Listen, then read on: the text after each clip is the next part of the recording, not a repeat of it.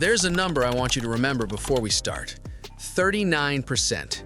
That's the percentage of electric vehicle owners who replace their tires at least once in the past 12 months, according to J.D. Power's 2024 study.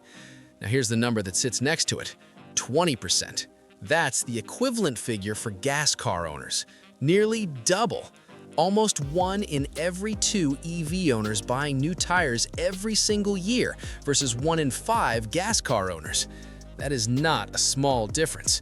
That is a financial bleeding that's happening quietly to hundreds of thousands of Tesla owners and EV drivers right now. And the worst part is, most of them have no idea why.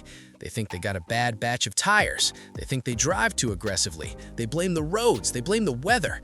They do not blame the one decision that's actually causing it, because nobody told them there was a decision to make in the first place. By the end of this, you'll understand exactly what's happening to your tires, precisely why it's happening, and specifically what to do about it. But first, I need to tell you something about the car you're driving that will reframe everything you thought you knew about tire wear. Your Tesla, or your Ioniq, your Mustang Mach-E, your Rivian, any EV, is not a car with a battery in it. It is a battery with a car built around it. And that battery is extraordinarily heavy. The long-range battery pack in a Tesla Model 3 weighs 1,060 pounds on its own, just the battery. The complete Tesla Model 3 long range tips the scales at 4,250 pounds. A Toyota Camry, a car of almost identical exterior dimensions and passenger capacity, weighs 3,572 pounds. That's a difference of 678 pounds on 4 tires. 4 contact patches, each roughly the size of a human hand, each now supporting significantly more mass than they were ever engineered for, if you're running standard tires. Now here's the part that makes weight only half the problem. Every tire has a load rating, a maximum weight each tire is designed to safely carry. If you put regular passenger tires on a vehicle that exceeds their load rating, those tires flex more than designed on every rotation. More flex means more heat. More heat means accelerated compound breakdown. More compound breakdown means faster wear. According to Wheelsize.com's engineering analysis, tires with inadequate load ratings flex more under weight, increasing rolling resistance and heat generation throughout every mile you drive. And this is happening on EVs fitted with standard tires every single day across the country. But weight alone still isn't the whole story, and this is the part that surprises even people who knew about the weight issue. Bridgestone's senior product manager Brad Robinson told Jalopnik directly, based on the company's own internal testing, that EVs go through a set of tires roughly 30 to 40% more quickly than comparable gas-powered vehicles. 30 to 40%. And he pointed specifically to 2 causes, the extra weight and the instant torque. Every time you pull away from a light in a Tesla, every time you use that instantaneous acceleration that makes EVs genuinely addictive to drive, your electric motor delivers its maximum torque to the wheels in milliseconds. A gas engine builds torque gradually as revs climb. An electric motor doesn't climb to anything. It's already there, fully loaded, the instant you touch the pedal. And that instantaneous force transfer, applied to rubber that's already handling more weight than ideal, scrubs compound off the tread surface with every single launch, even gentle ones, even in normal mode, even when you're trying to be careful. According to emissions analytics, adding 1,000 pounds to a mid-sized vehicle increases tire wear by approximately 20%. The Tesla Model Y, in their controlled testing, generated 26% more tire particulate than a comparable Kia hybrid, meaning 26% more rubber leaving your tires and entering the road surface per mile driven. This is measurable data, not opinion. So the question that's been building since the start is, what actually is an EV tire? And is it genuinely different, or is it just a marketing label on a regular tire with a higher price? Here is the honest, engineering-based answer.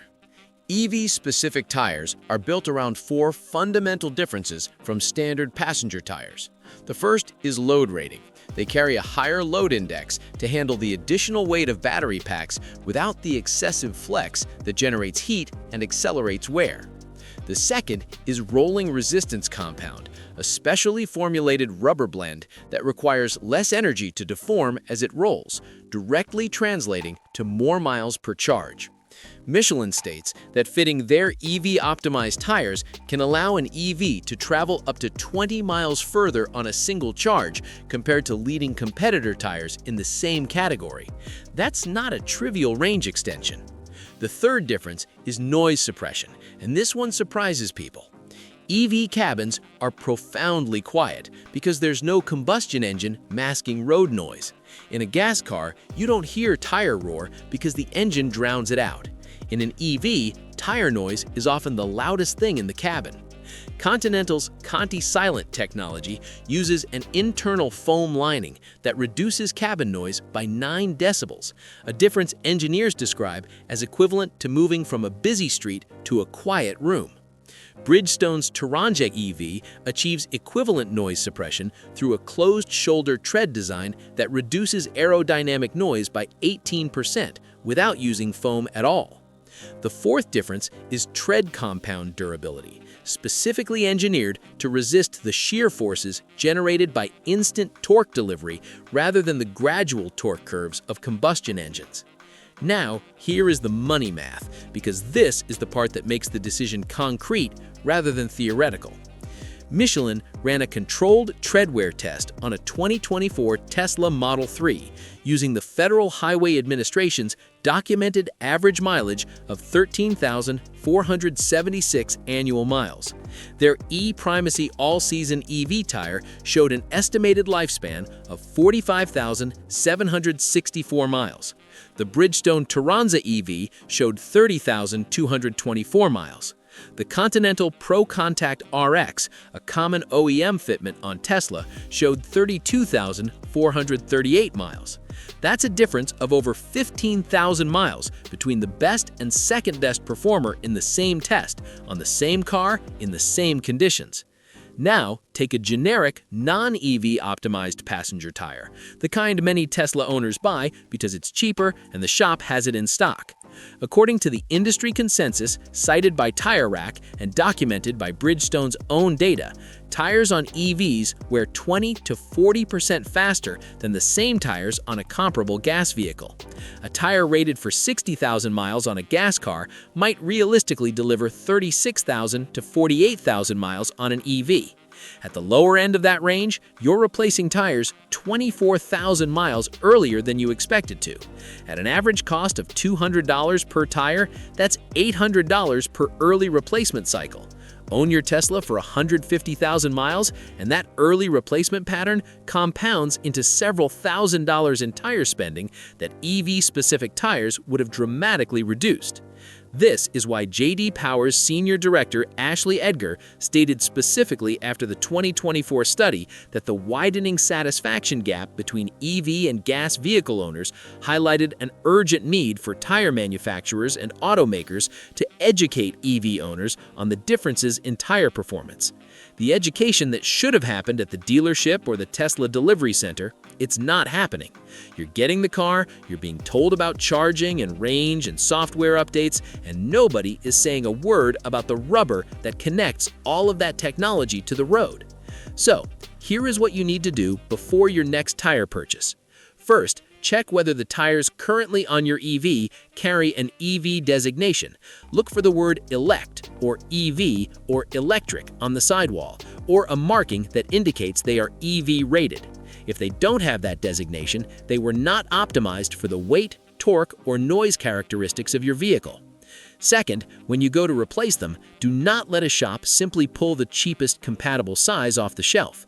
Ask specifically for tires with an EV load rating that matches or exceeds your vehicle's requirements.